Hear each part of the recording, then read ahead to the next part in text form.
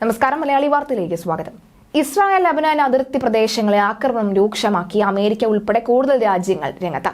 Lebanon യാത്രയ്ക്ക് വിലക്ക് ഏർപ്പെടുത്തിയിരിക്കുകയാണ്. യുദ്ധം ഒഴിവാക്കാൻ നയതന്ത്ര നീക്കം തുടരുമെന്ന് അമേരിക്കയും യൂറോപ്യൻ യൂണിയനും അറിയിച്ചിട്ടുണ്ട്. ഗസയിലും ഇസ്രായേൽ ആക്രമണം വ്യാപകമായി തന്നെ തുടരുകയാണ്. ഗസയിൽ ഇസ്രായേൽ തോൽക്കുകയാണ് എന്ന് മുൻ പ്രതിരോധ മന്ത്രി പറഞ്ഞിരുന്നു. ജനിൽ സ്ഫോടനത്തിൽ ഒരു സൈനികൻ കൊല്ലപ്പെടുകയും 16 പേർക്ക് പരിക്കേൽക്കുകയും ചെയ്തു.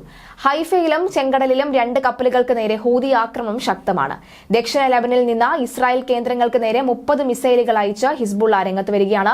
ആക്രമണത്തെ തുടർന്ന് ഇസ്രായേൽ പ്രദേശങ്ങൾ തീപിടുത്തം ഉണ്ടായി. തെക്കൻ ലബനിലെ നബാത്തി പ്രവിശ്യയിലെ ഐത്തറൌൺ ഗ്രാമത്തിന് നേരെ ഇസ്രായേലിന്റെ വ്യോമാക്രമണത്തിനുള്ള തിരിച്ചടി എന്ന നിലയിലാണ് ഹിസ്ബുള്ളയുടെ ആക്രമണം.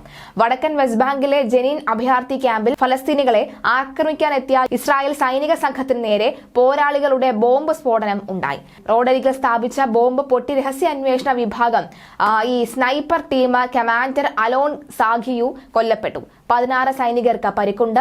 66 വയസ്സുള്ള ഫലസ്തീൻ വനിതയ്ക്ക് നേരെ സൈന്യം നായയെ അഴിച്ചുവിട്ട് കടിപ്പിക്കുന്നതിന്റെ വീഡിയോ പുറത്തു വന്നതോടുകൂടി ഇസ്രായേലിനെതിരെ വ്യാപക പ്രതിഷേധമാണ് ഉയർന്നത്. ജബലിയ അഭയാർത്ഥി ക്യാമ്പിലെ വീട്ടിൽ വെച്ചാണ് ക്രൂരമായ ഈ സംഭവം നടന്നത് എന്ന രീതിയിലാണ് ഇപ്പോൾ ഈ വീഡിയോ പ്രചരിക്കുന്നത്. ചെങ്കടലിലും ഹൈഫയിലും 2 ഇസ്രായേൽ കപ്പലുകൾക്ക് നേരെ ആക്രമണങ്ങൾ നടത്തുകയാണ് ഹൂതി. നിലവിൽ എന്തായാലും അവർ ശക്തമായി തന്നെ തിരിച്ചടിയുടെ വക്കിലേക്ക് കാര്യങ്ങൾ നീങ്ങുന്നു. എന്തായാലും ലബനൻ അതിർത്തിയിൽ വീണ്ടും ഒരു യുദ്ധസന്നാഹത്തിന് തയ്യാറായി കഴിഞ്ഞുവെന്ന് ഇസ്രായേൽ നേരത്തെ മുന്നറിയിപ്പ് നൽകിയിരുന്നു. ഇസ്രായേൽ അത്തരത്തിലൊരു യുദ്ധത്തിലേക്ക് കടക്കുകയാണെങ്കിൽ വളരെ മോശമായ അവസ്ഥയിലേക്ക് യുദ്ധം ഞങ്ങളും ചെയ്യുമെന്ന് ലബനനും ഒരു ജാഗ്രത നിർദ്ദേശം അല്ലെങ്കിൽ ഒരു മുന്നറിയിപ്പ് പോലെ നൽകിയിട്ടുണ്ട്.